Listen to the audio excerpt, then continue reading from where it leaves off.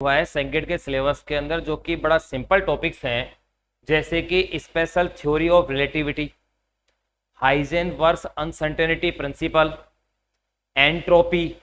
ये जो छोटे छोटे से कुछ टॉपिक्स इंक्लूड हुए हैं उनको अपन कवर कर लें, क्योंकि इनमें से जो क्वेश्चंस आएंगे वो क्वेश्चंस बड़े इजी आएंगे, कि टॉपिक भी इजी है लेकिन क्वेश्चन कन्फर्म है कि जरूर आने। इसी तरह से मैक्सवेल की इक्वेशन है, वो जो टॉपिक्स हैं वो अपन इनको आज डिस्कस इसमें कर लेते हैं। बाकी कुछ तो इस लेक्चर में हो जाएंगे, बाकी फिर अपन नेक्स्ट लेक्चर में और डिस्कस इनको कर लेंगे। सिंपल टॉपिक है, जरूर पढ़िएगा इनको। तो पहला जो टॉपिक अपन शुरू कर रहे हैं वो है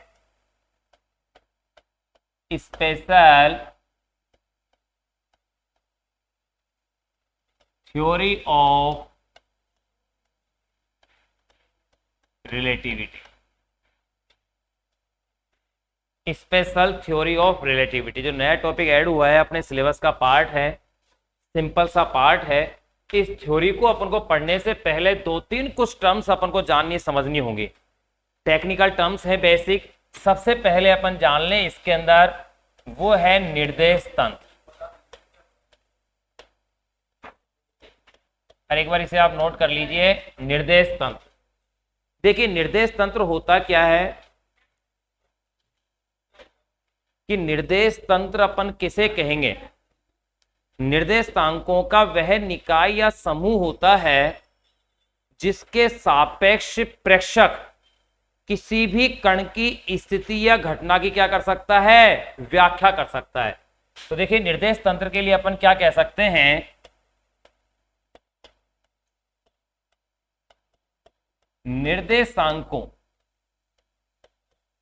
निर्देशांकों का वह निकाय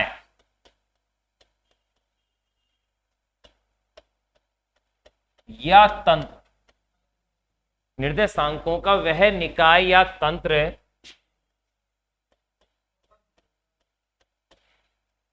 जिसके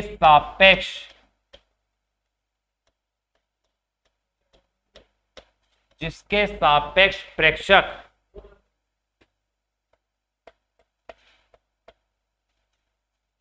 किसी स्थिति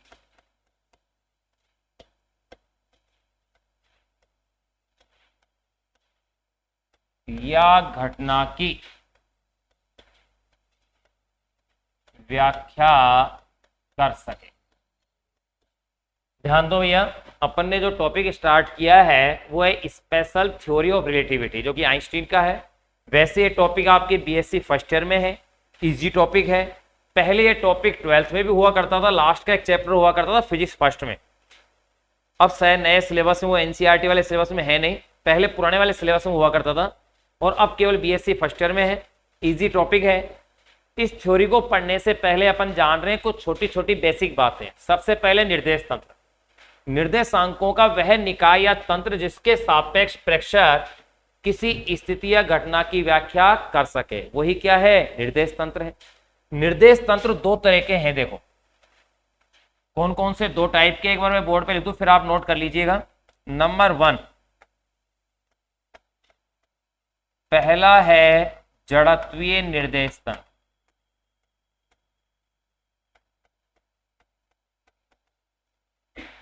देखिए जड़त्वीय निर्देश तंत्र का मतलब है जिस निर्देश तंत्र में जड़त्व के नियम की क्या होती है? पालना। और जिसमें जड़त्व के नियम की पालना होगी तो ये चीज तो क्लियर है कि अगर वस्तु स्थिर है तो स्थिर रहेगी, गतिशील है तो गतिशील रहेगी। इसका मतलब जिस वेग से गति कर रही है उसी वेग से गति करेगी।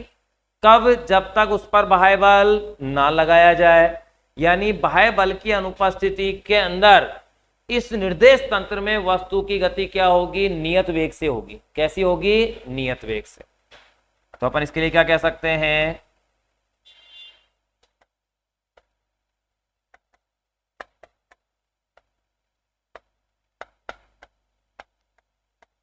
वह निर्देश तंत्र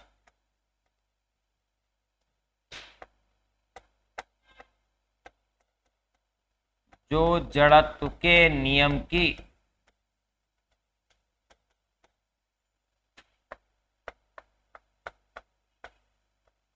या वह निर्देश तंत्र जिसमें, यूं कर देते हैं, वह निर्देश तंत्र जिसमें जड़त्व के नियम की पालना हो, अर्थात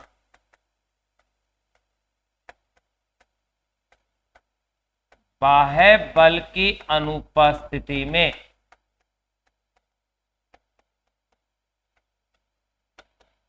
बाह्य बल की अनुपस्थिति में कण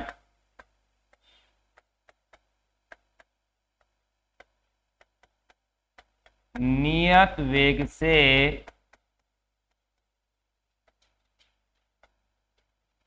गतिमान रहे। यही हुआ। इसमें दूसरे निर्देश तंत्र की अगर अपन बात करें तो नंबर 2 है अजड़त्वीय निर्देश तंत्र।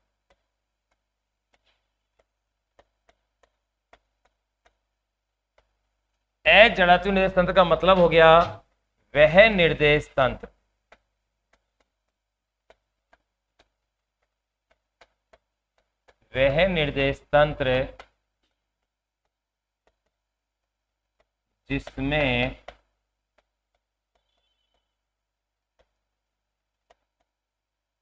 जिसमें जड़त्व के नियम की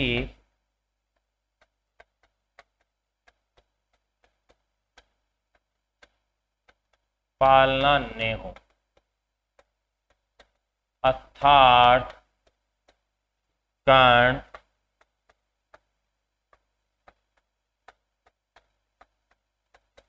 बाह्य बल की अनुपस्थिति में,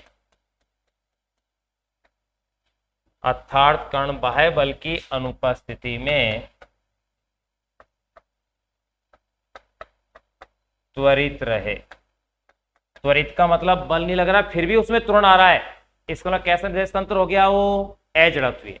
अपन मूल रूप से किस तंत्र की बात करते हैं? जड़त्वीय की। नोट करो एक बार इसे।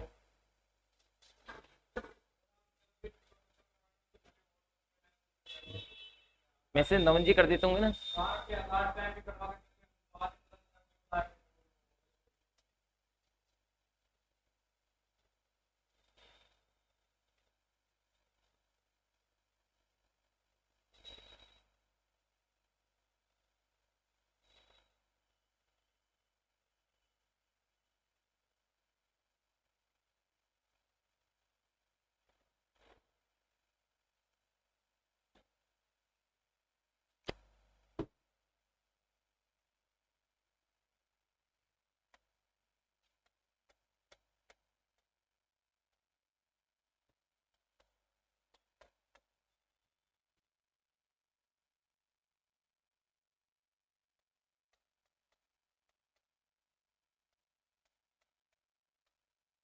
त्वरित प्रतीत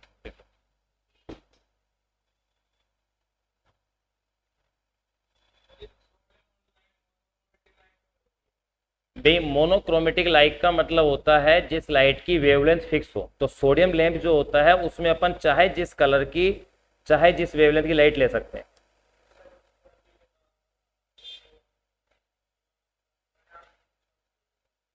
मुझे भेजा नहीं होगा क्वेश्चन, तूने भेजा?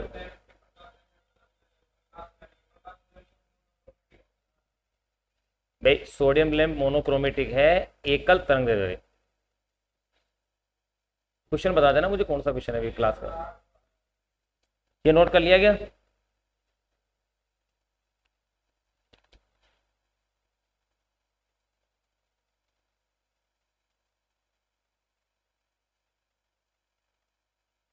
ओके।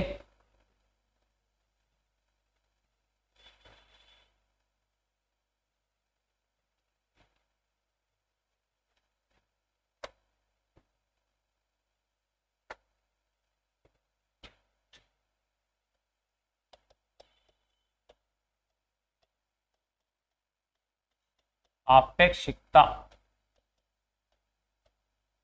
की मूल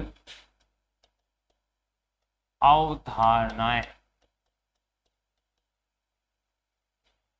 अब देखिए, आपेक्षिकता की मूल अवधारणाएं, वो दो अवधारणाएं हैं। कौन कौन सी है पहले उन्हें जान लें, फिर अपन इसे नोट कर लेंगे। आपेक्षिकता की दो मूल अवधारणाएं। पहली अवधारणा तो यह है कि भौतिक घटनाओं से संबंधित जितने भी नियम हैं वो सभी जड़त्वीय निर्देश तंत्रों में क्या है, सत्य है। याद रखना है, आइंस्टीन की बातें हैं ये। भौतिक घटनाओं से संबंधित सभी नियम जड़त्वीय निर्देश तंत्रों के लिए क्या है, सत्य है। दूसरा, निर्वात में प्रकाश का वेग क्या रहता है, नियत, यानी प्रकाश के वेग में कोई परिवर्तन नहीं आ रहा है। दो बातें हैं। आपेक्षिकता की मूल अवधारणाएं, देखो दो अवधारणाएं हैं। नंबर 1, पहली अवधारणा एक बार मैं नोट कर दूं, फिर आप आराम से नोट कीजिएगा। पहली जो अवधारणा है वो क्या बताई मैंने अभी, कि भौतिक घटनाओं से संबंधित सभी नियम, भौतिक घटनाओं से संबंधित सभी नियम जड़त्वीय निर्देश तंत्रों में क्या रहते हैं, सत्य है।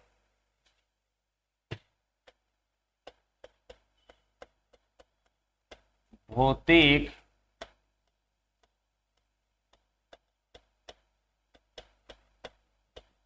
घटनाओं से संबंधित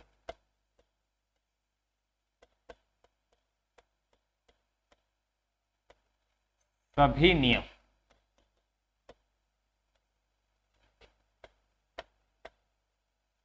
सभी जड़त्वीय निर्देश तंत्रों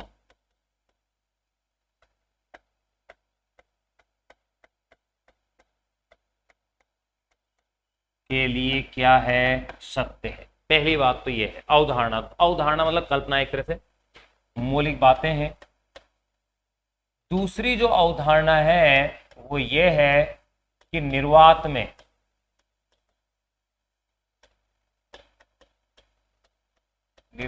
में प्रकाश की चाल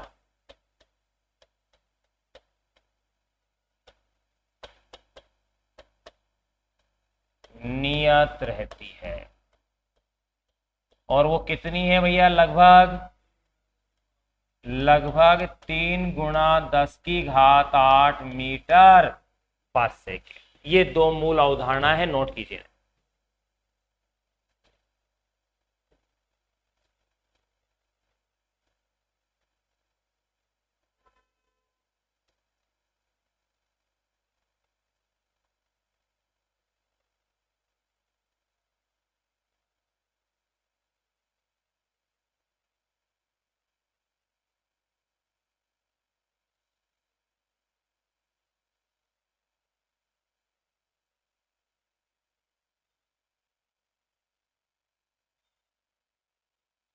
हो गया।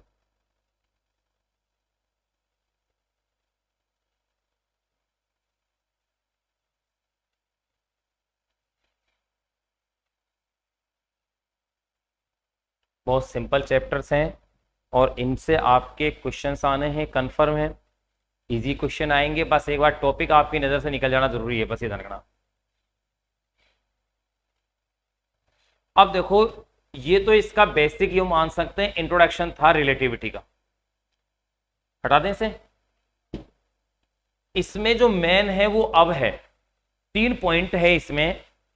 बीएससी में तो आप इनके क्या डेरिवेशन करते हो, यहां अपन उसका जो रिजल्ट है उससे मतलब है।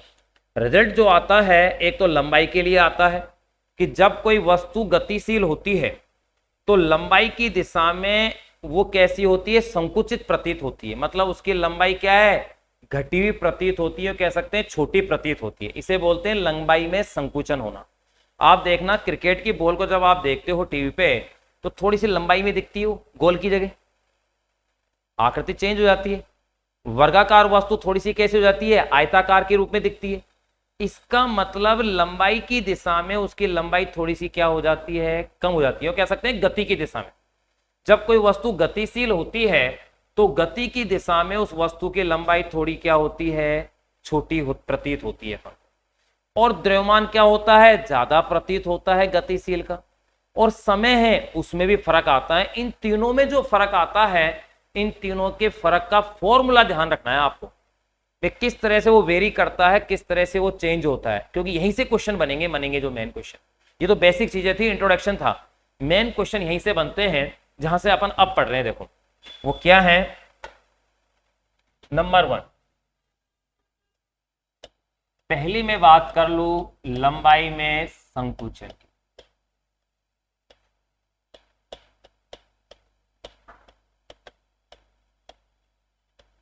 फिर इनके तीनों के अपन क्वेश्चन भी करेंगे भाई, न्यूमेरिकल भी है ना। लंबाई में संकुचन का मीनिंग मैंने क्या बताया अभी थोड़ी देर पहले आपको। मैंने ये कहा गतिशील वस्तु गति की दिशा में क्या होती है, छोटी प्रतीत होती है।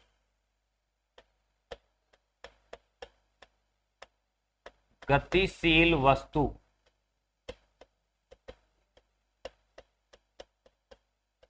गति की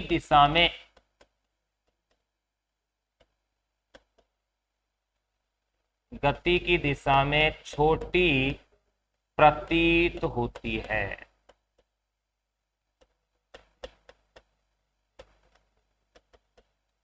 बिल्कुल ऐसा ही होता है। अब कितनी छोटी प्रतीत होगी उसके लिए फॉर्मूला ध्यान रखिएगा।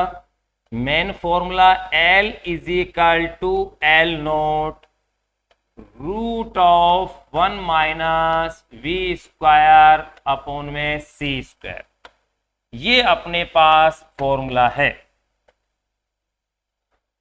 यहां इस फॉर्मूले में ध्यान रखिएगा कौन क्या है। ये जो फॉर्मूला आया है न्यूमेरिकल सीधे बनेंगे, सिंपल न्यूमेरिकल बनेंगे, डायरेक्ट फॉर्मूला बेस बनेंगे। तो देखिए इस फॉर्मूले में कौन क्या है। यहां पर जो L है ये है उसकी आभासी लंबाई। जो भी कोई वस्तु है उसकी ये क्या है, आभासी लंबाई। आभासी मतलब जो लंबाई अपन को प्रतीत हो रही है। पहले की तुलना में मान लिया 20 सेंटीमीटर लंबी है, अपन को वो 18 सेंटीमीटर लंबी दिख रही है, प्रतीत हो रही है, तो वो L क्या है, वो 18 है। और L नोट क्या है, उसकी वास्तविक लंबाई यानी स्थिर अवस्था में लंबाई जो कितनी है। जैसे एग्जांपल मैंने क्या दिया 20, तो यो कह सकते हैं आभासी लंबाई, या इसे क्या कह सकते हैं, गतिशील अवस्था में लंबाई।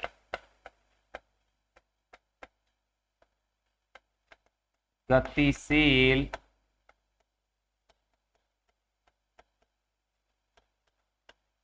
अवस्था में लंबाई। L नोट क्या है, उसकी मूल लंबाई, या इसे आप क्या कह सकते हो, स्थिर अवस्था में लंबाई। और v यहां पर क्या है, उस वस्तु कण या पिंड का वेग, जिस वेग से वो गति कर रहा है। और c यहां पर क्या है, प्रकाश की चाल है, प्रकाश का वेग है। तो पहला फॉर्मूला एक बार तीनों लिख दूं मैं ना। दूसरा देखिएगा, दूसरे को अपन बोलते हैं काल विस्फारण।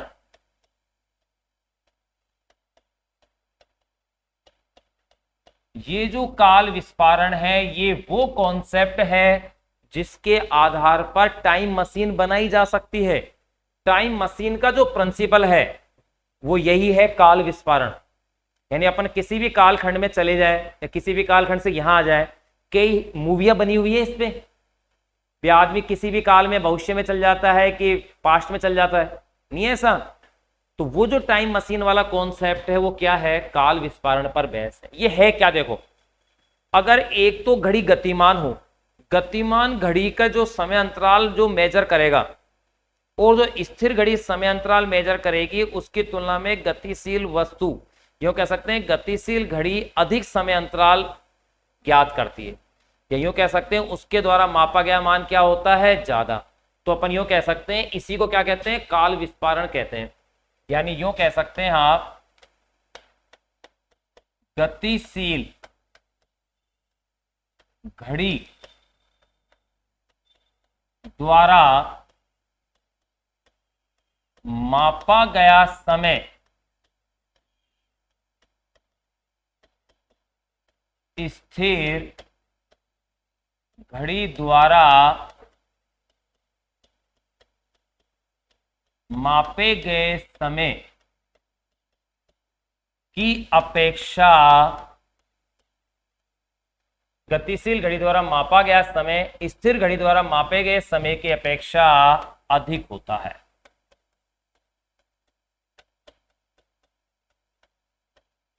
इसको यूं भी कह सकते हो आप, देखो इसमें तो लंबाई तो कम हो रही थी, लेकिन समय के मामले में क्या हो रहा है, मान बढ़ रहा है। गतिशील घड़ी द्वारा मापा गया समय स्थिर घड़ी द्वारा मापे गए समय की अपेक्षा अधिक होता है। देखो रिलेटिविटी वो कॉन्सेप्ट है जिसके आधार पर आप अपने पुराणों के जो तथ्य हैं उनको सही सिद्ध कर सकते हो। अपने पुराणों के जो तथ्य है ना, इतना काल समय है, इतना समय है, ये युग है, वो युग है, कितने समय में ये वहां आ रहे थे, इतने समय तक ये जा रहे थे, ये सारी बातें इस कॉन्सेप्ट से क्लियर होती है। लेकिन यहां तो अपन केवल वो चीज पढ़ रहे हैं जिससे अपन को केवल नंबर मिल रहे हैं, वो चीज नहीं मिल रहे हैं, पढ़ रहे हैं अपन जिससे और ज्यादा ज्ञान है। अपन तो केवल इतना सा पढ़ रहे हैं कि जो अपने सिलेबस में जहां से क्वेश्चन आएगा, बस। बाकी चीज बहुत अच्छी है। गतिशील घड़ी द्वारा मापा गया समय स्थिर घड़ी द्वारा मापे गए समय की अपेक्षा अधिक होता है। अर्थात यूं कह सकते हैं, अर्थात गतिशील घड़ियां सुस्त प्रतीत होती है। सुस्त का मतलब समझ गए भाई, समय ज्यादा लगा रही है वो, इस समय कैसी है, सुस्त। अरे ये तो मतलब हुआ समय ज्यादा लग रहा है। देख लो, गतिशील घड़ी द्वारा मापा गया समय स्थिर घड़ी द्वारा मापे गए समय की अपेक्षा अधिक होता है। समय ज्यादा मिल रहा है उससे, उसी एक टाइम का ज्यादा समय बता रही। तो इसका मतलब गतिशील घड़ियां कैसी है, सुस्त प्रतीत होती है। अब उसका भी फॉर्मूला क्या है, देखो एल की जगह टी ले लेंगे, लेकिन फॉर्मूला इस तरह से वेरी कर जाएगा, T is equal to T naught root of 1 minus v square upon में c square, 1 minus c square upon में वी स्क्वायर। ये अपने पास भैया फॉर्मूला है समय का। बताओ यहां पर दोनों समय कौन कौन से हैं, बता दो भाई। टी कौन सा है, गतिशील अवस्था में मापा गया समय, और टी नॉट कौन सा है, स्थिर अवस्था में मापा गया समय। भैया इसमें स्थिर अवस्था में मापा गया समय है। और v क्या है यहां पर, वेग, और c क्या है, प्रकाश का वेग है। सिंपल सी बात है। नंबर तीसरा,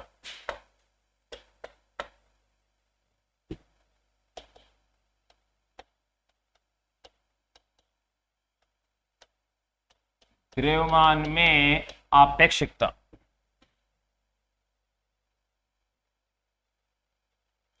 दिखाई दे रहा है ना सही, हाँ? द्रव्यमान में आपेक्षिकता।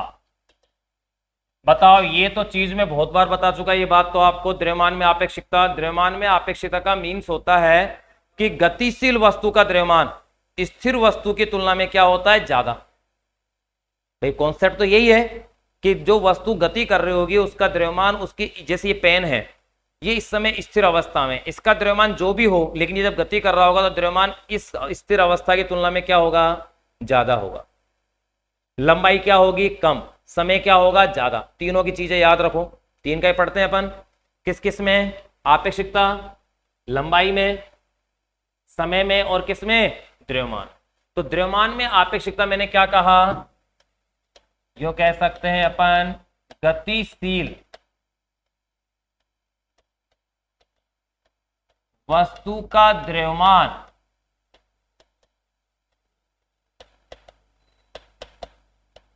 स्थिर अवस्था में द्रव्यमान, स्थिर अवस्था में द्रव्यमान की अपेक्षा, गतिशील वस्तु का द्रव्यमान स्थिर अवस्था में द्रव्यमान की अपेक्षा अधिक होता है।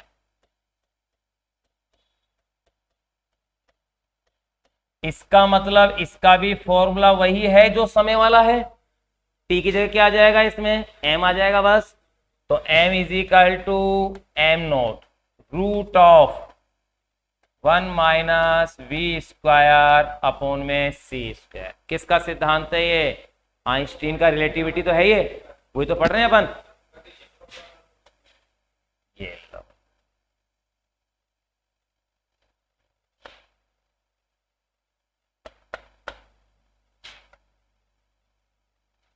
तीनों ही आपको याद रखने हैं, तीनों में से किसी एक पर आपको एग्जाम में क्वेश्चन दिख सकता है भैया। तीनों में से किसी भी एक पर क्वेश्चन आपको दिख सकता है।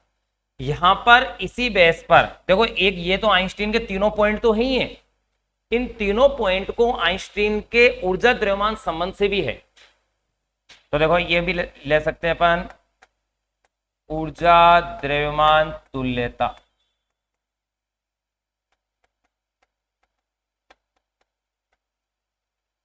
क्या है ऊर्जा द्रव्यमान तुल्यता? ये कहता है कि द्रव्यमान क्या है, ऊर्जा का ही रूप है। बिल्कुल, द्रव्यमान ऊर्जा का ही क्या है, रूप है। अर्थात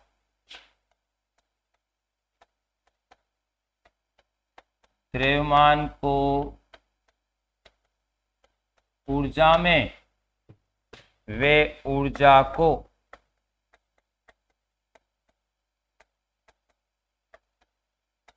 द्रव्यमान में रूपांतरित किया जा सकता है। द्रव्यमान को ऊर्जा में और ऊर्जा को द्रव्यमान में क्या कर सकते हैं अपन, रूपांतरित कर सकते हैं। और उसकी इक्वेशन तो पता है ना, E = mc²। पढ़ चुके हैं अपन इसे पहले। बताओ किसमें, नाभिकीय भौतिकी में।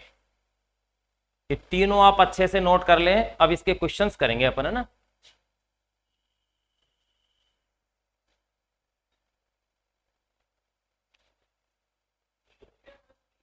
नहीं, सीट बनी ही नहीं, पहली बार जुड़ा है ना, तो क्वेश्चन टेस्ट जरूर देना है इसका, मैं क्वेश्चन दूंगा अच्छे।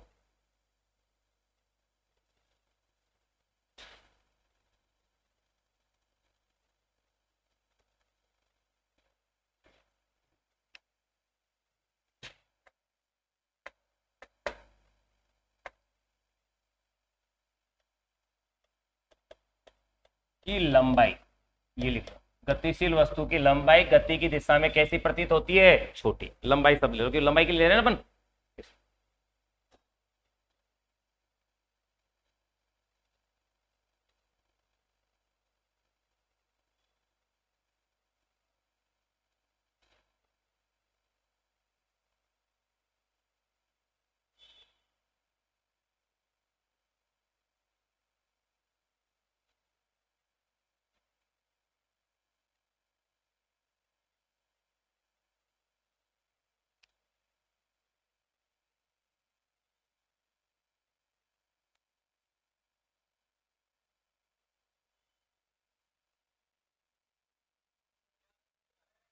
बिल्कुल,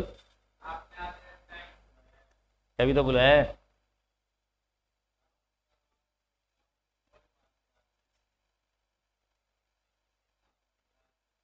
बिल्कुल, अच्छा किया ना।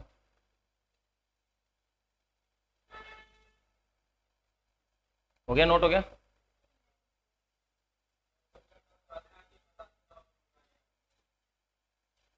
और पेपर तो पूरा सोल्व ही करेंगे, और क्या, पूरा पेपर ही सोल्व करेंगे। तो कोई बात नहीं, लाइव देख लेना, घर पे देखना, क्या दिक्कत। गतिशील वस्तु की लंबाई गति की दिशा में छोटी प्रतीत होती है। गतिशील घड़ी द्वारा मापा गया समय स्थिर घड़ी द्वारा मापे गए समय की अपेक्षा अधिक होता है।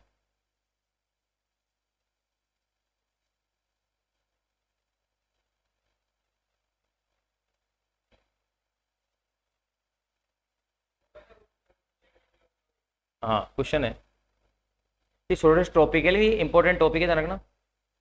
एक एक टॉपिक दे रखे ना अपनी। इसके बाद दे रखा हाइजेनबर्ग का अनिश्चितता का सिद्धांत, छोटा सा टॉपिक, लेकिन एक क्वेश्चन बनता है उसमें से बच्चा। हाँ, तो केमिस्ट्री में वही है बिल्कुल, लेकिन अपन तो फिजिक्स के साथ थोड़ा सा पढ़ेंगे। एक बार पढ़ लेते हैं, क्या दिक्कत है, क्या पता कुछ फर्क दिखे तो अच्छा है। थोड़ा सा ज़्यादा है फिजिक्स में, केमिस्ट्री में आप केवल संवेग और उसको पढ़ते हो। हाँ, यहाँ अपन इसमें ऊर्जा और समय भी पढ़ेंगे, इसलिए ये थोड़ा सा चेंज आने की वजह से पढ़ाऊंगा, नहीं तो मैं आप कहता केमिस्ट्री में पढ़ लिया, ठीक है ना। ये हाँ, परमाणु पूरा आपने केमिस्ट्री में पढ़ा है। ध्यान रखना, नए सिलेबस में आपके एटॉमिक फिजिक्स जो ऐड करी है वो मैक्सिमम आपके केमिस्ट्री में है, और अब की बार जो टेस्ट पेपर है उसमें ये टॉपिक है आपके टेस्ट पेपर में, प्लस परमाणु के क्वेश्चन है। इसलिए एटॉमिक वाला अच्छे से तैयार करना, उसमें फिजिक्स में एटम वाले जो चैप्टर है उसमें अपने मोस्टली काम आती है बोर की परिकल्पनाएं। फिजिक्स में बोर का है मेन काम का, जबकि केमिस्ट्री में आप क्या पढ़ते हो, क्वांटम संख्या, आबोध सिद्धांत। फिजिक्स में अपने हैं मेन बोर। बोर का मतलब आपके उसमें त्रिज्या, ऊर्जा, वेग, ये चीजें काम आएंगी। बोर के जो अभिग्रहित है ना, कंफर्म क्वेश्चन आएगा आपके फिजिक्स में भी। आप उसे केमिस्ट्री का मत समझना, फिजिक्स का क्वेश्चन होगा। और मैंने टेस्ट पेपर में वो क्वेश्चन दिए भी थे आपके, भी शायद टेस्ट पेपर आपने दिया होगा भी। तो बस, तो 5-6 क्वेश्चन आपको दिए हैं, तो वो क्वेश्चन आप केमिस्ट्री के मत समझना, वो फिजिक्स के क्वेश्चन है आपके ना, ठीक है ना, उनको अच्छे से नोट रखना अपने पास। और ये टॉपिक जितना इजी है उतना ही काम का है आपके पास, इसमें कंफ्यूज मत होना। दोनों में एक जैसा दिख रहा है, एल में उल्टा है मामला, देख लो, ठीक है ना। ओके, चलो अब क्वेश्चन कर लेते हैं।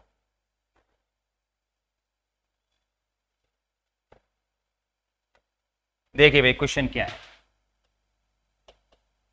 देखो भैया 20 मीटर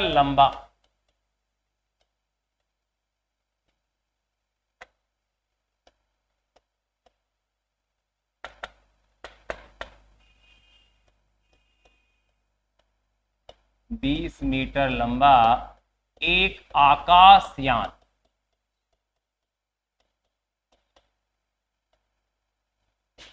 2.4 इंटू 10⁸ मीटर प्रति सेकंड की चाल से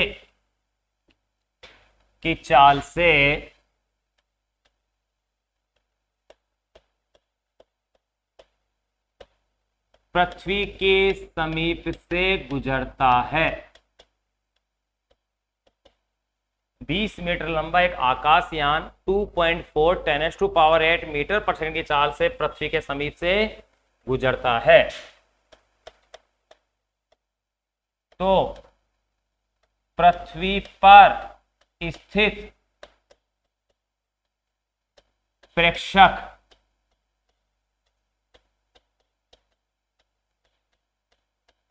को उसकी लंबाई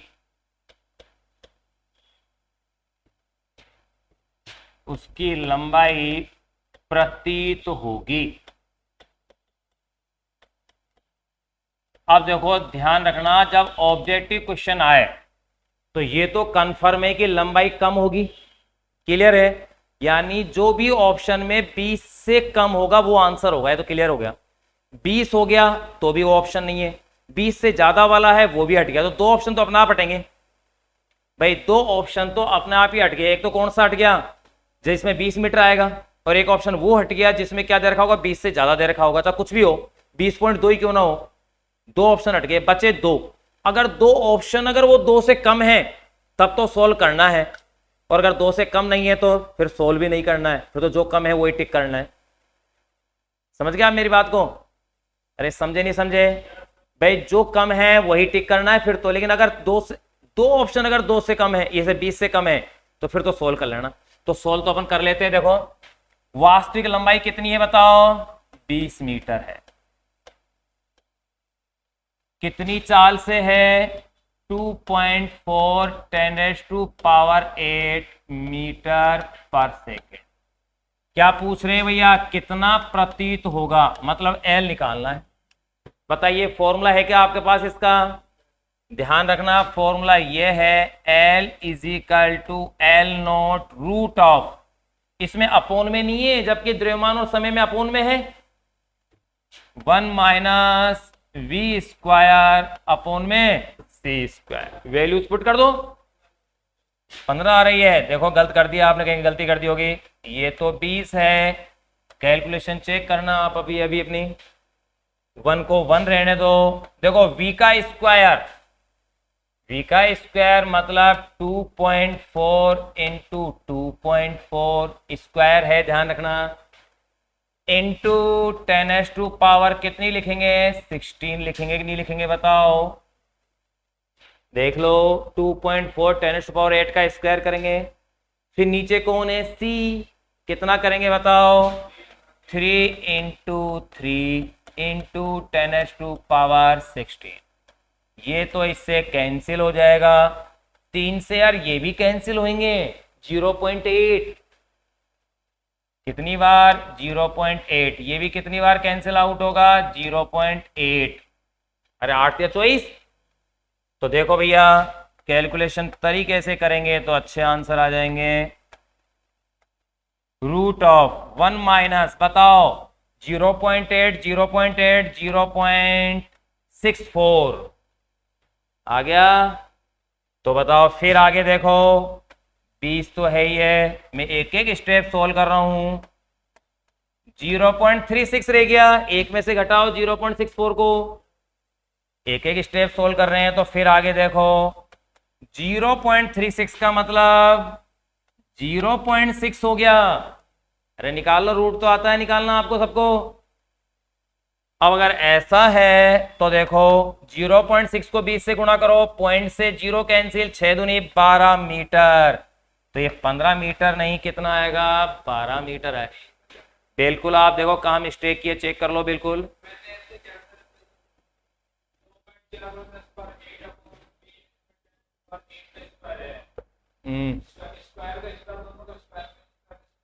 ऐसे नहीं करते, संख्या अलग हो गई ना, संख्या अलग हो गई भैया, आपने गड़बड़ कर दी उसको, ठीक है ना। हाँ चलो नोट करो फटाफट से।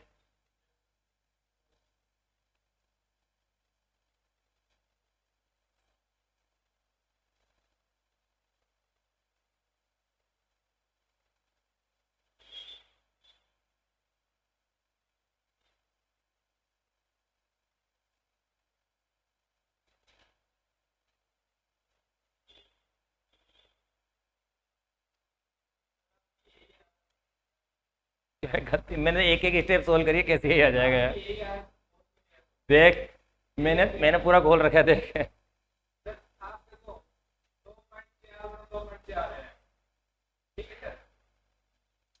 ये 2.4 है, 2.4 को 3 से डिवाइड करेगा तो 0.8 ही तो आएंगे। कितना भी लिया यही होगा, आराम से देख लेना। अरे लाने की जरूरत ही नहीं, मुझे पता है। फिर गड़बड़ कर रहा है इसको। देख 24/30 यो कह रहे ना। अब सुन भैया, 6 से काट ले, ये 4 बार और ये 5 बार, 4 में 5 का भाग देख, 0.8 ही आ रहा है। 416 कहाँ से आ गया, 4 में हाँ ये ले, 16/25 हो जाएंगे फिर ये।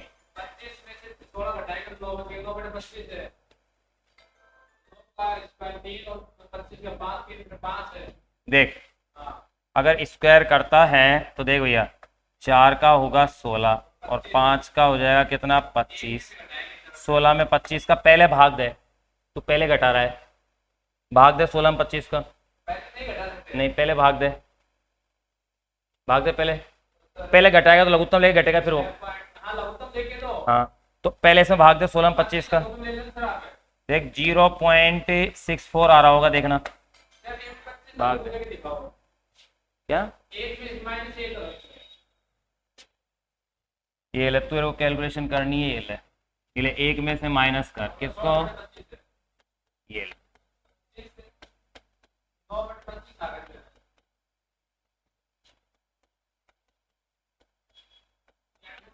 हाँ देख पहले 9 का भाग, 9 में भाग दे 25 का, 0.36 से आएगा, 0.36, 0.35 लगभग 0.36, भाग देके देख। हाँ तो अंडरूट के अंदर है, तो अंडरूट के अंदर मैं कह रहा हूँ ये 0.36 हो गया, भाग दे। ऐसे कैसे करेगा, मैं कह रहा हूँ अब 9/25 आ रहा है, 9 में 25 भाग दे, 0.36 आ रहा है, वही आएगा। तो बस चलो भाई देखो, ये अपन ने देख लिया है। नेक्स्ट क्वेश्चन जो है आपका, वो क्वेश्चन ये है, मिस्टेक कर रहा है ना, तो बस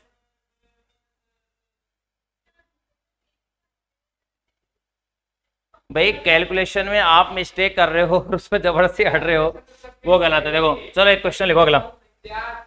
चलो कोई बात नहीं, अब इधर देख ले, देख इधर देखो, एक परमाणुवीय क्रिया में, एक परमाणुवीय प्रक्रिया में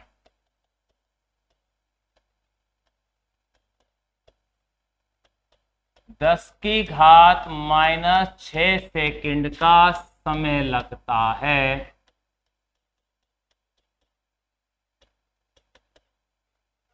एक परमाणुवीय प्रक्रिया में कितना? 10⁻⁻6 सेकंड का समय लगता है।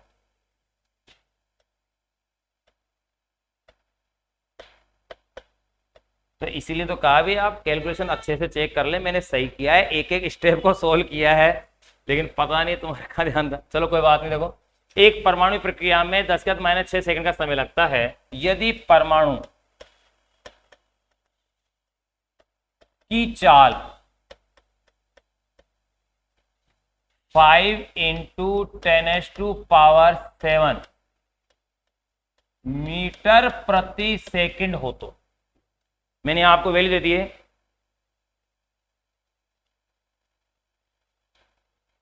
तो यही प्रक्रिया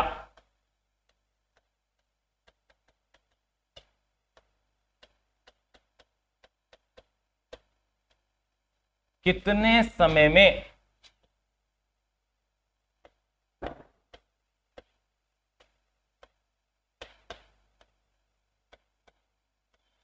पूर्ण होगी?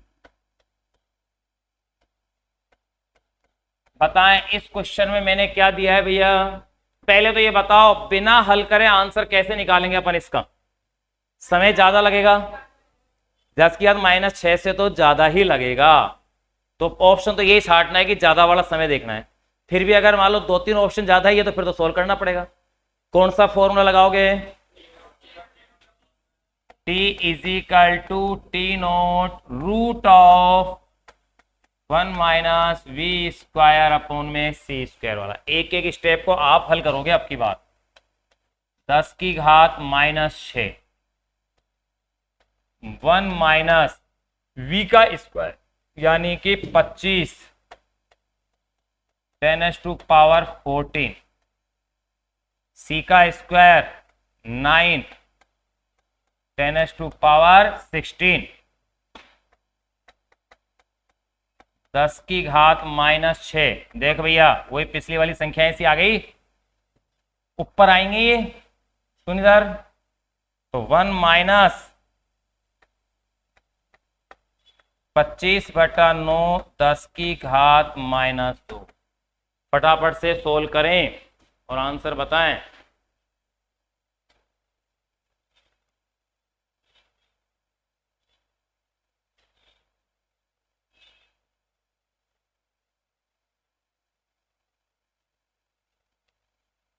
बताओ, देखो स्टेप बताओ।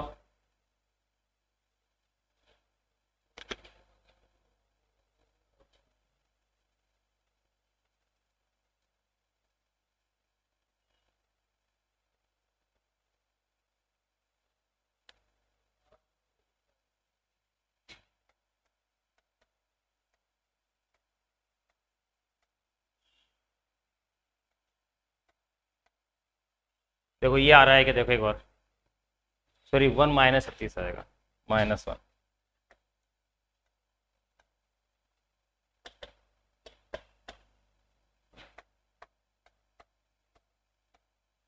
देखो ये आना चाहिए आपके, आ रहा है कि? पहले देखो फटाफट से देख डालो।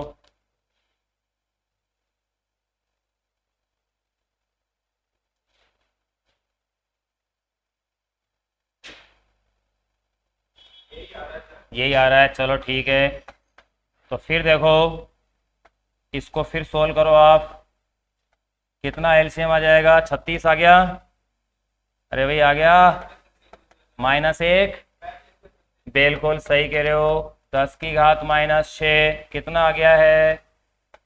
√35/36, यानी काल विस्फारण जो समय आ जाएगा, अब कितना आ जाएगा भैया? 36 तो ऊपर, √36 तो 6 हो गए, यानी कि 6 इंटू 10⁻⁻6 अपॉन में √35। अब देखो ज्यादा कैलकुलेशन के लिए फड़फड़ाने की जरूरत नहीं है, क्योंकि √35 है ना, √36 मान लो लगभग यार। इसका मतलब आंसर 1 पॉइंट करके आएगा, 1.0, मैं बता दूं 1.04 आएगा। भाग दे लेना, 1.04 10⁻⁻6 सेकेंड, इतना सा समय का फर्क आएगा, है ना। नोट करो इसको।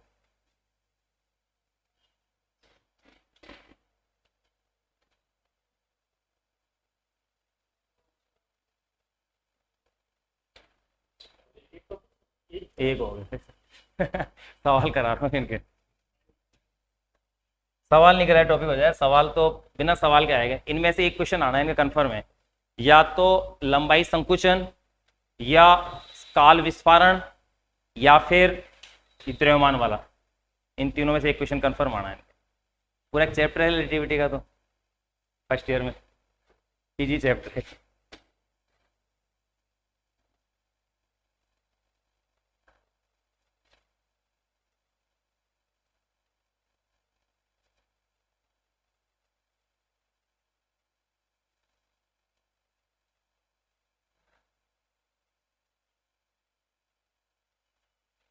हो गया। अगला क्वेश्चन अपन इनके उल्टा करेंगे। देखो आपने दो क्वेश्चन जो किए, एक क्वेश्चन में अपन ने लंबाई निकाली थी आभासी, जिसमें लंबाई क्या हो रही थी, घट रही थी। समय वाले में क्या, ये अभी तो टाइम 30 मिनट और लूंगा, 6:30 चल जाएगी, बंद थोड़ी होगा अपना। अब देखो अपन इसके अंदर लंबाई वाला देख लिया, अपन ने समय वाला देख लिया। अब क्या देख लेते हैं, द्रव्यमान। द्रव्यमान वाले में उल्टा पूछ लेते हैं। दोनों सवालों में तो क्या दे रखा था आपको, वेग दे रखा था। अब की बार वेग पूछ लेते हैं कि भाई इलेक्ट्रॉन कितने वेग से गति करे कि उसका द्रव्यमान क्या सा प्रतीत हो, दुगना। समझ गए, बहुत कॉमन क्वेश्चन है ये, वीआईटी के अंदर भी आया हुआ क्वेश्चन है पहले। चलो वो क्वेश्चन कर लेते हैं। ये तो नोट कर लिया ना। क्वेश्चन क्या है देखो, इलेक्ट्रॉन कितने वेग से गतिमान हो कि उसका गतिज द्रव्यमान, कि उसका गतिज द्रव्यमान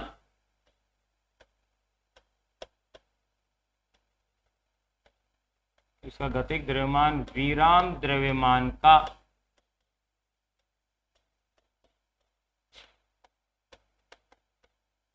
दुगना प्रतीत हो। भाई ये तो कन्फर्म है, द्रव्यमान तो बढ़ा हुआ प्रतीत होगा, जैसे समय प्रतीत होता है वैसे ही इलेक्ट्रॉन कितने वेग से गतिमान होगी उसका गतिज द्रव्यमान विराम द्रव्यमान कैसा हो, दुगना प्रतीत हो। बताओ फॉर्मूला तो एक ही है आपके पास, कौन सा, m is equal to m naught root of v square upon में c स्क्वायर। बार बार जोर दे रहा हूं मैं तीनों फॉर्मूलों पर, तीनों का क्वेश्चन में करा रहा हूं। और जब ये टेस्ट पेपर आपका संडे को होगा उसको मिस मत करना, क्योंकि उसमें मैं क्वेश्चंस दूंगा। ऑनलाइन तो टेस्ट रहेगा, ठीक है ना, ठीक है। देखो देख रहे भैया फर्स्ट ग्रेड के विद्यार्थी, इधर देख, m की वैल्यू क्या है क्वेश्चन में बताओ, कितनी है। अरे m की वैल्यू यार 2m नोट हो गई ना। अगर ये m नोट है कि उसका गतिज द्रव्यमान विराम द्रव्यमान का दुगना प्रतीत हो, ये लो is equal to m naught upon में root of 1 minus v square upon में c स्क्वायर। वी नोट से वी नोट को कैंसिल करो, यानी अब आपके पास रह गया है 2 इज इक्वल टू 1 अपॉन में root of 1 minus v square upon में c स्क्वायर।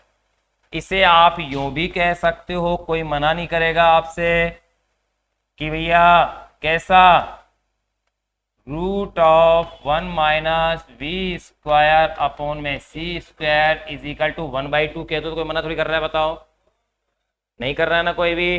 अब बताओ क्या किया जाए, दोनों पक्षों का वर्ग कर दिया जाए ताकि रूट हट जाएगा। तो देखो 1 माइनस वी स्क्वायर अपॉन में c square is equal to 1/4 आ गया। अगर ये 1/4 आ गया है फिर देख लो आगे, माइनस वी स्क्वायर अपॉन में सी स्क्वायर, 1/4 में से एक को घटाओ, माइनस में आएगा, माइनस से माइनस को कैंसिल आउट कर दो, वी स्क्वायर अपॉन में c square is equal to 3/4 आ गया, यानी v अपॉन में c is equal to root of 3/2 आ गया। तो आपके पास आंसर भी आ गया, रूट ऑफ 3/2 इंटू सी। बोलो आया नहीं आया? प्रकाश के वेग का कितना, रूट ऑफ 3/2। वैल्यू भी निकाल सकते हो, क्या दिक्कत है यार, रूट ऑफ 3 की वैल्यू पता है तुम्हें 1.732 और 2 की वैल्यू तो 2 है ही है, और सी की वैल्यू पता है 3 × 8। बस नोट कर लो, आंसर वैसे इसी रूप में पूछा जाएगा, पूछा जाए तो। नहीं नहीं,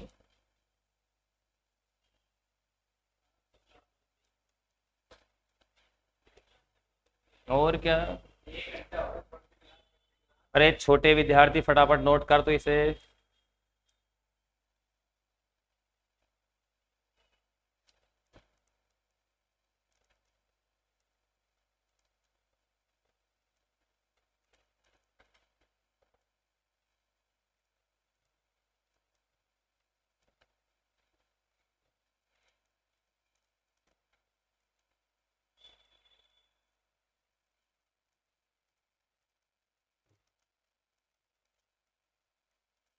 इसको उल्टा भी पूछ सकते हैं कि इलेक्ट्रॉन इतने वेग से गतिमान है तो द्रव्यमान कितना हो जाएगा, दुगना हो जाएगा।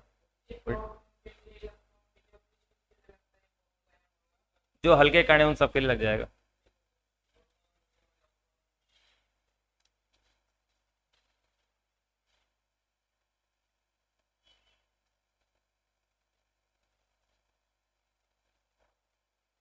हो गया,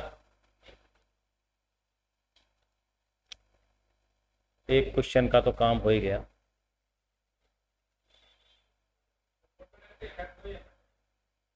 पहले पढ़ा रखा है मैंने लेकिन हट गया, वो पढ़ा दिया था मैंने, आगे इसलिए आसान है। उसकी जगह ही तो आया है ये उसकी जगह ही शिफ्ट किया है, हटाते थे है ना। नेक्स्ट आ जाओ, अनसर्टेनिटी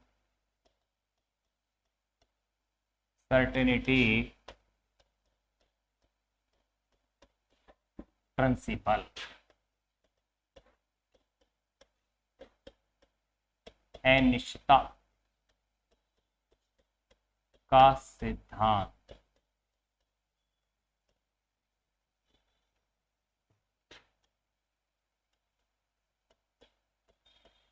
गिवन बाय, बताओ किसने दिया,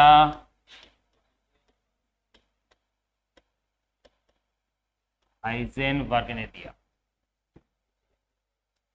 देखिए भैया, हाइजेनबर्ग ने क्या कहा, किसी भी कण की स्थिति और संवेग का निर्धारण एक साथ, मतलब एक क्षण पर या एक ही समय पर उनका मापन संभव नहीं है। एक ही दिशा में, एक ही दिशा में एक ही समय पर मापन संभव नहीं है, और बात सही भी है। लेकिन ये उसने स्थिति और संवेग के लिए कही। इसी बात को अपन थोड़ा सा आगे की तरफ और बढ़ा सकते हैं। इस नियम को यूं भी कह सकते हैं, स्थिति और संवेग की जो अनिश्चितता है उन दोनों का गुणनफल कभी भी h/4π से कम नहीं होता है, गणितीय रूप में यूं कह सकते हैं। तो देखिए भैया, ये आपने वैसे केमिस्ट्री में पढ़ रखा है, अपन थोड़ा सा फिजिक्स में और जान लें क्योंकि सिलेबस में नया टॉपिक के रूप में जुड़ा है, क्वेश्चन आने की पॉसिबिलिटी है अपने पास, इजी टॉपिक है यूं कह सकते हैं। किसी कण की स्थिति, किसी कण की स्थिति व संवेग का मापन एक ही समय पर एक ही दिशा में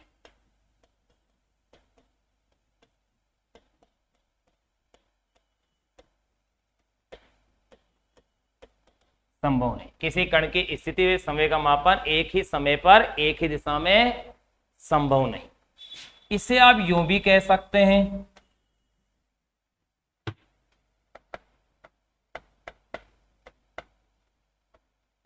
किसी कण की स्थिति वे संवेग, किसी कण की स्थिति वे संवेग में अनिश्चितता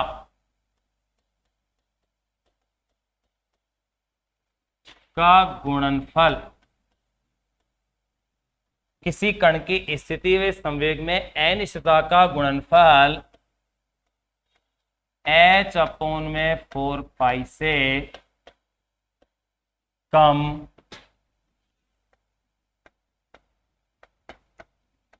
नहीं होता। यो भी कह सकते हो, किसी कण की स्थिति व संवेग में अनिश्चितता का गुणनफल h/4π से कम नहीं होता। यहां h क्या है? प्लांक नियतांक, और 4π भी कांस्टेंट ही है। यानी कि यो कह सकते हैं, अर्थात देखो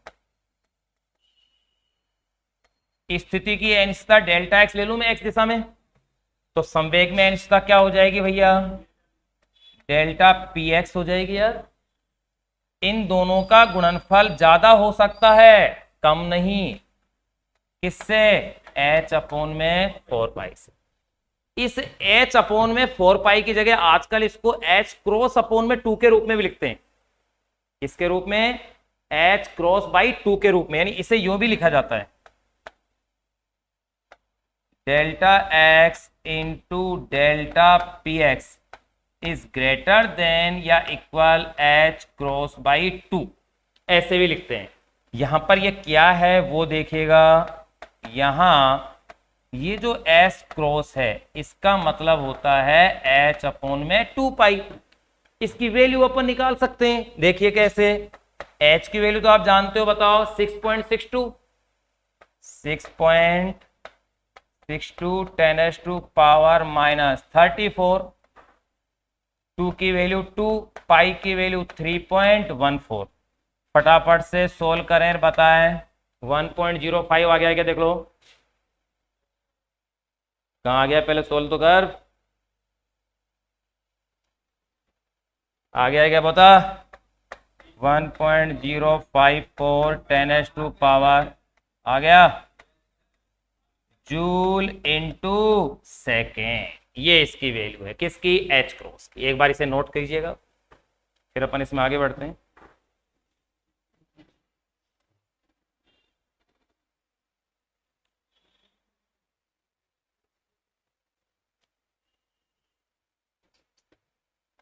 कम नहीं हो सकता, ये लिख देते हैं।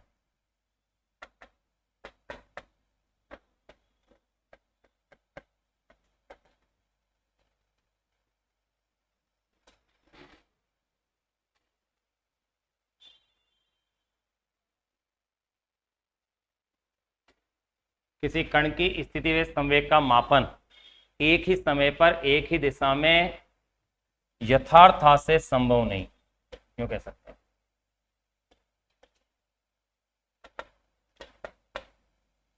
दिशा में यथार्थता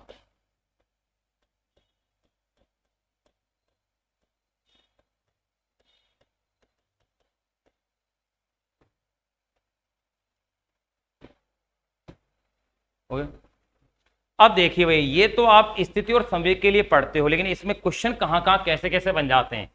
कई बार कहते हैं कौन सा गलत होगा, तो वहां डेल्टा एक्स के साथ डेल्टा पी वाई कर देते हैं। यानी क्या आना चाहिए, x के साथ x आना चाहिए, क्योंकि शब्द में देख लो आप, फेरबदल देखो शब्दों में क्या है, ध्यान दो। किसी कण की स्थिति व समय का मापन एक ही समय पर एक ही दिशा में, तो दिशा x का मतलब समझ गए ना, अगर ये x है तो वो भी x होना चाहिए, बिल्कुल रख सकते हैं, लेकिन m के साथ नहीं लगेगा, वो v के साथ x लगेगा फिर, क्योंकि द्रव्यमान तो अदिश राशि है ना, डेल्टा m v x लगेगा, v के साथ x बन जाएगा वो सवाल। अब देखो इधर, इसी को अपन आगे कैसे कैसे और लिख सकते हैं, यहां तो क्लियर हो गई चीज आपकी। देखिए भाई, आपने ये इक्वेशन यो लिखी है, देखो भाई आपने लिखी है delta x into delta P x, ऐसे लिखी है ना, इज ग्रेटर देन या इक्वल h क्रॉस बाई 2, जिसका मतलब h अपॉन में 4 पाई है। इसको ऐसा भी लिख देंगे तो कोई अपराध नहीं है कि इसे आप डेल्टा x इंटू क्या कह सकते हो आप, m डेल्टा वी एक्स, क्योंकि m में तो चेंज आएगा नहीं, किस में चेंज कर रहे हैं अपन, स्थिति अनिश्चितता किस में आ रही है, वेग में आ रही है, तो इज ग्रेटर देन या इक्वल h क्रॉस बाई 2, ऐसे भी आप इसे कह सकते हैं। अब देखिएगा, इसी की अपन आगे बात करें, यानी कि एक ही दिशा शब्द की अगर अपन ने बात करी है तो आपका कंफ्यूजन नहीं होना चाहिए क्वेश्चन के लिए। कैसे नहीं होना चाहिए, अगर आपने x में लिया है तो delta x into delta P x, clear है बात, इसका मतलब ये अगर y में है तो ये भी किस में आएगा, y। कहने का तात्पर्य है अगर ये z में है तो ये भी किस में आएगा, z में आएगा। अब ये जो नियम है जरूरी नहीं है स्थिति और संवेग के लिए लागू हो। आप गौर करो, इन दोनों राशियों का गुणनफल किसके बराबर आ रहा है, अरे यार प्लांक नियतांक की विमा के बराबर आ रहा है। इसका मतलब जिन दो राशियों का गुणनफल प्लांक नियतांक की विमा के बराबर होगा उन सबके लिए लागू होगा। प्लांक नियतांक की विमा क्या है, जूल इंटू सेकेंड, देख लो मात्रक क्या है, जूल इंटू सेकेंड, यानी जहां जिन दो राशियों का गुणनफल जूल इंटू सेकेंड आ जाएगा उन सबके लिए लागू हो जाएगा। जैसे ऊर्जा और समय की अनिश्चितता आ गई, कोणीय संवेग और कोणीय विस्थापन की अनिश्चितता आ गई, उनका भी गुणनफल देख लो विमा प्लांक नियतांक के बराबर आएगी। तो ये नोट करो पहले, फिर अपन उस बात की बात करेंगे।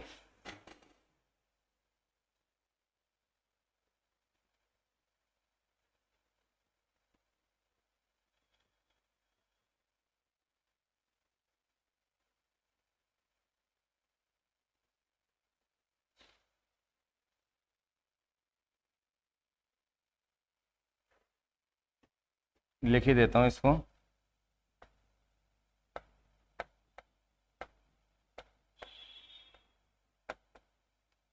हाइजेनबर्ग का अनिश्चितता का सिद्धांत,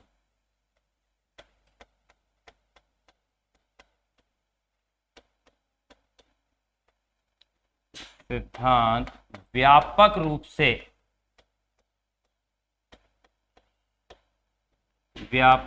से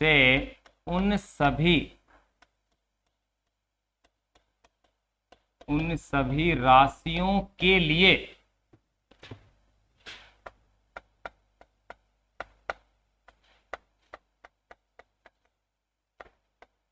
लागू होता है। हाइजेनबर्ग का अनिश्चितता का सिद्धांत व्यापक रूप से उन सभी राशियों के लिए लागू होता है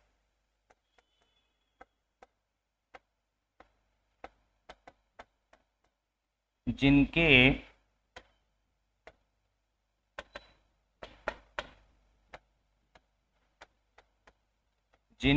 गुणनफल का मात्रक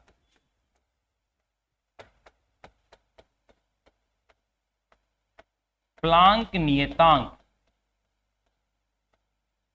जिनके गुणनफल का मात्रक प्लांक नियतांक के मात्रक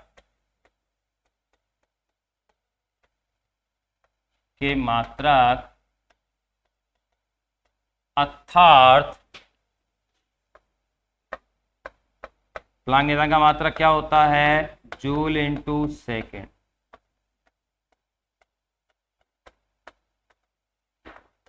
के तुल्य होता है। देखो, हाइजेनबर्ग का अनिश्चितता का सिद्धांत व्यापक रूप से उन सभी राशियों के लिए लागू होता है जिनके गुणनफल का मात्रक प्लांक नियतांक के मात्रक अर्थात जूल इंटू सेकंड के तुल्य होता है। उन्हें विहित संयुग्मी राशियां कहते हैं। जैसे कौन कौन सी राशि आ जाएंगी, एक बार नोट करो इसे। जैसे ऊर्जा और समय तो आएगा ही। हाँ, बिल्कुल ऐसे ही लगाएंगे भैया, बिल्कुल सही कह रहे हो।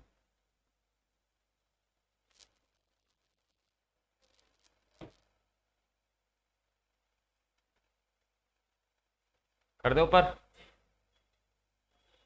जैसे देखो, जैसे ऊर्जा व समय, देख लो भाई, ऊर्जा और समय का गुणनफल जूल इंटू सेकंड आता है, यानी कि ऊर्जा क्या हो गई डेल्टा ई, समय में अनिश्चितता क्या हो गई delta T, is greater than या इक्वल एच क्रॉस बाई 2 हो गया। दूसरा,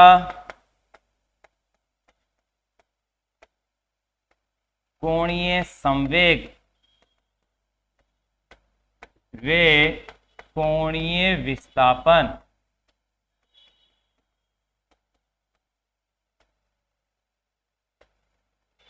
इसके लिए भी बताओ, कोणीय संवेग क्या हो जाएगा जे,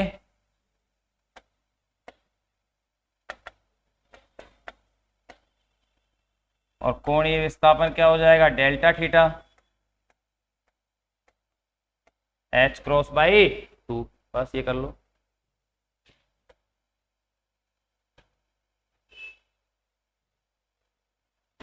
ये भी लिख लो।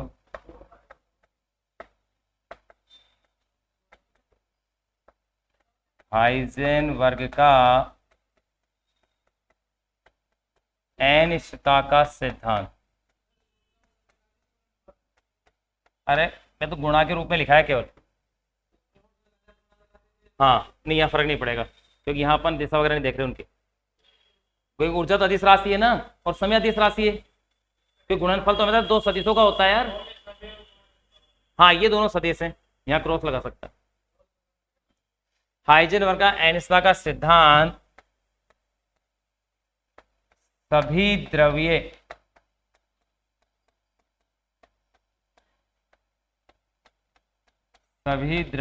कणों के लिए लागू होता है।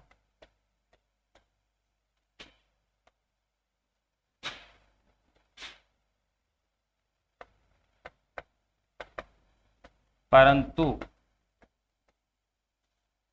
सभी द्रव्य कणों के लिए क्या होता है लागू होता है। यूं भी कह सकते हैं,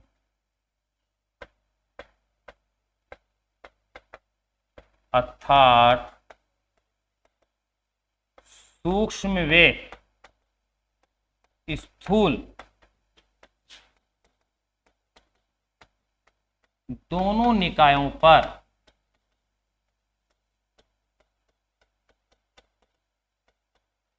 लागू होता है। यानी हाइजेनबर्ग का अनिश्चितता का सिद्धांत सूक्ष्म निकाय और स्थूल निकाय इन दोनों के लिए लागू होता है, परंतु स्थूल निकाय के लिए यह प्रेक्षित नहीं हो पाता है अनिश्चितता का फर्क की वजह से। तो अपन ये भी लिख सकते हैं, अर्थात सूक्ष्म स्थूल दोनों निकायों पर लागू होता है, परंतु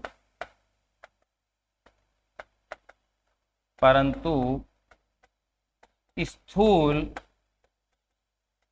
निकायों के लिए यह प्रेक्षित नहीं होता है। यानी सूक्ष्म निकाय के लिए क्या होता है प्रेक्षित होता है। अब देखिएगा भैया, इसमें अगर इसके उपयोग की बात करें हैं तो इस सिद्धांत का उपयोग कहां कहां होता है, हाइजेनबर्ग के अनिश्चितता के सिद्धांत का उपयोग कहां होता है, मेनली इलेक्ट्रॉन नाभिक में नहीं पाए जाते हैं, इस बात को प्रूफ करने में इसका उपयोग होता है। तो अपन एक तो कह सकते हैं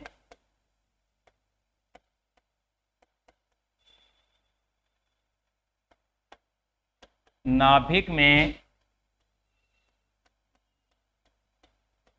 इलेक्ट्रॉन की अनुपस्थिति, नाभिक में इलेक्ट्रॉन की अनुपस्थिति की व्याख्या करने में, इलेक्ट्रॉन नाभिक में क्यों नहीं आता इसे प्रूफ कर सकते हैं हाइजेनबर्ग के सिद्धांत से। दूसरा, स्पेक्ट्रमी रेखाओं की चौड़ाई की व्याख्या करने इसका उपयोग होता है। एक चीज और लिख लेते हैं अपन, देखो अगर मुझे बताओ भैया संवेग में अनिश्चितता अगर 0 हो तो बताओ स्थिति में अनिश्चितता क्या हो जाएगी? अनंत। सही बात है ना? यानी कि अगर डेल्टा एक्स बराबर 0 हो तो याद रखना डेल्टा पी एक्स क्या हो जाएगा? अनंत। एवं डेल्टा, इसका उल्टा भी लिख देता हूं ना, डेल्टा पी एक्स बराबर 0 हो तो डेल्टा एक्स बराबर क्या हो जाएगा? नहीं नहीं, ये तो मैंने अलग से नोट में लिख दिया, ये तो नोट के रूप में पहले लिख देते अपन, यहाँ लिख दिया मैंने ना, ये ले, इसको नोट लगा के लिख ले, उपयोग तो पूरा हो गया। ये ले भैया, अलग से एक क्वेश्चन के रूप में आ गया। अब अपन इसके 2 क्वेश्चन तो करें, पता करें कि नहीं करें? कर ही लेते हैं, आज आई गए तो ना, बिल्कुल, कभी कभी तो कहता है ये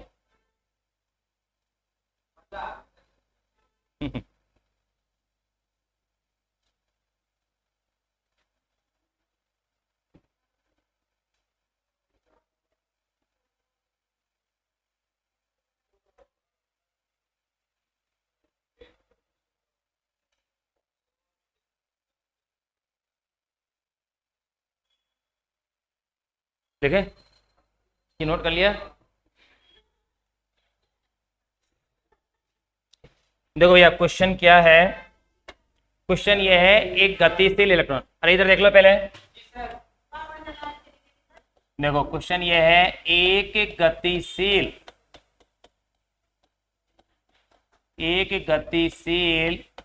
इलेक्ट्रॉन के संवेग में x दिशा में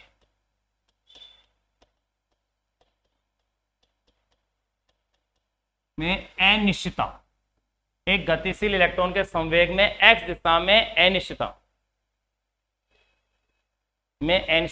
13.18 गुणा 10 की घात -30। एक गतिशील इलेक्ट्रॉन के संवेग में x दिशा में अनिश्चितता 13.18 10 की घात -30 किलोग्राम मीटर प्रति सेकंड हो तो ज्ञात कीजिए। एक साथ 2 चीजें पूछ रहा हूं इसमें,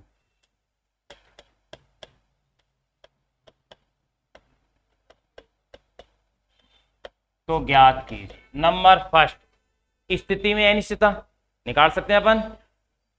नंबर फर्स्ट, पहला निकालिएगा आप स्थिति में अनिश्चितता,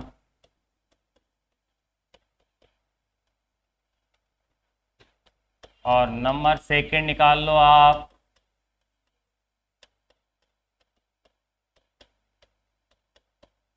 वेग में भी अनिश्चितता। करो देखो फटाफट से,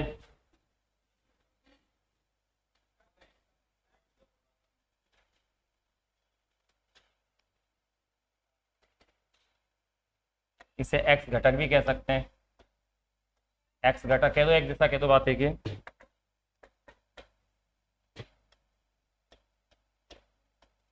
एक गतिशील इलेक्ट्रॉन के संवेग में, एक गतिशील इलेक्ट्रॉन के संवेग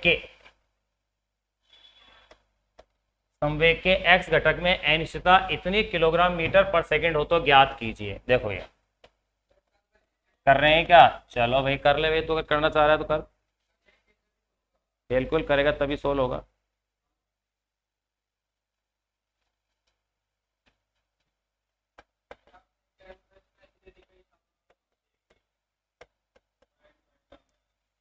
इसको इक्वल कर ले,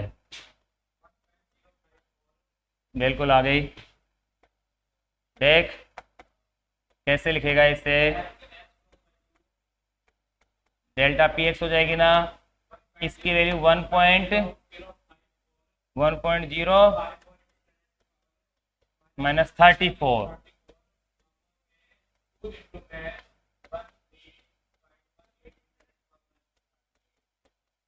-30 है, बिल्कुल।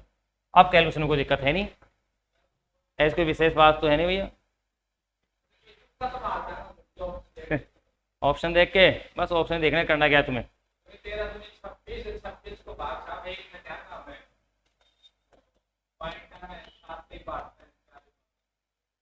0.4 आएगा शायद, एक बार देखना इसमें 4.5 आएगा क्या मीटर में, सही है। हाँ तो इसको चेंज कर लो, पावर को हटा के 6 हो जाएगी फिर। इतने तो आगे अपने स्थिति में अनिश्चितता, जिसे अपन क्या लिख सकते हैं बताओ, 4 × 10⁻⁶ भी कह सकते हैं। अरे कह सकते हैं, बात एक ही है। नंबर सेकंड किस में पूछ रही है अनिश्चितता? वेग में। तो देख भैया, delta P X is equal to 13.18 गुणा 10⁻³ है ना। बोलो डेल्टा पी एक्स का मतलब m डेल्टा वी एक्स, बता भाई। कण का नाम आपको इलेक्ट्रॉन दे दिया है यार, -1 है बस। अब सोल्व कर ले।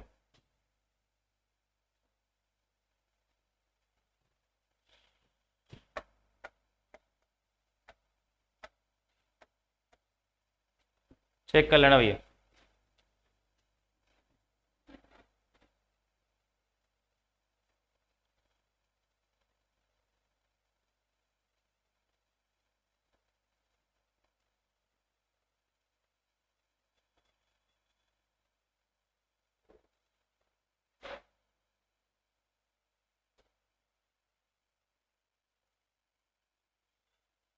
हटा दे।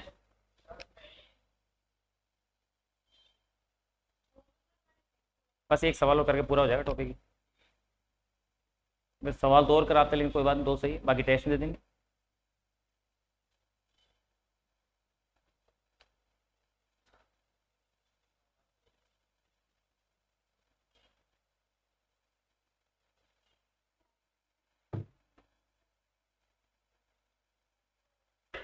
देखिए भैया अगला क्वेश्चन क्या है।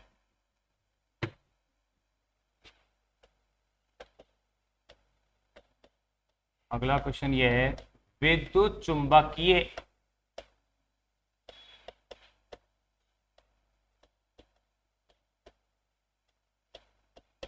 स्पंद का काल 0.30 मिली सेकेंड हो तो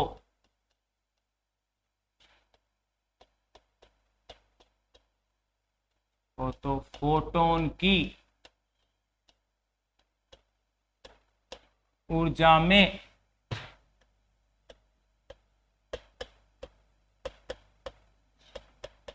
अनिश्चितता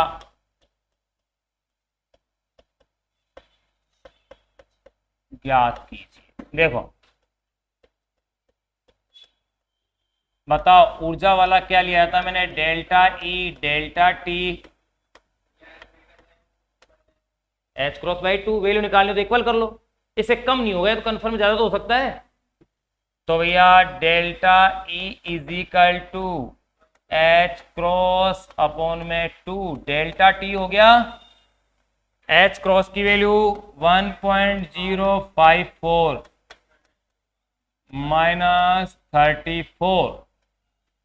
2 तो 2 है। डेल्टा टी 0.30 मिली का मतलब 10⁻³ बोलो अब ऊर्जा में इसका कितनी जूल के अंदर आएगी ये?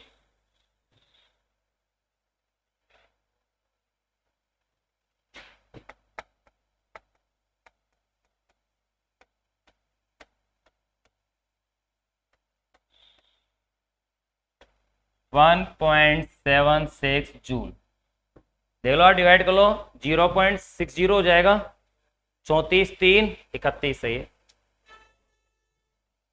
ओके, अब देखो यहां अपने दो कंटेंट्स अपन ने पूरे कर लिए हैं। हाइजेनबर्ग हो गया, रिलेटिविटी हो गया। श्रोडिंगर तरंग समीकरण और है जो आपने वैसे केमिस्ट्री में बहुत अच्छे से पढ़ रखी है, नो डाउट, फिर भी इच्छा हो तो अपन पढ़ लेंगे। एक अपन नेक्स्ट इसके अंदर पढ़ेंगे मैक्सवेल की समीकरण। मैंने अपने यूट्यूब चैनल है उस पर उसको डाल भी रखा है, मैक्सवेल की मैक्सवेल की बेटा 4 समीकरणें हैं। अब वो तो पढ़ाऊंगा तभी तो बताऊंगा, अभी है ना, नहीं आएगी ध्यान। 4 समीकरणें मैं से वैसे अपने चैनल पे मैंने डाल रखी थी, सेकंड ग्रेड के नाम से हो, आप में से कोई देखे तो मैं देख लेना। वो 4 समीकरणें हैं, वो पढ़ना बाकी है। और एक अपने डंपेड ऑसिलेशन पढ़ना है, अवमंदित दोलन गति, और एक प्रणोदित दोलन, यानी कि एक क्लास का काम और अपना है। ये टॉपिक ऐसे जिनमें से आपके क्वेश्चन आने हैं।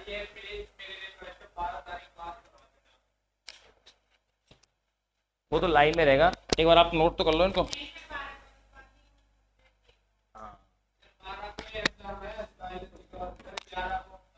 ये नोट करो, ये लाइव बंद करो, कैसे करोगे?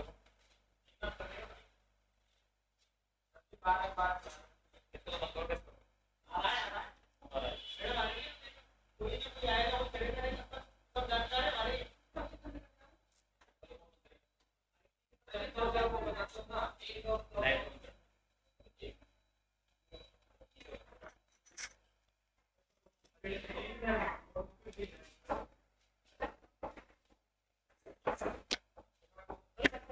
बंद करो, कैसे किया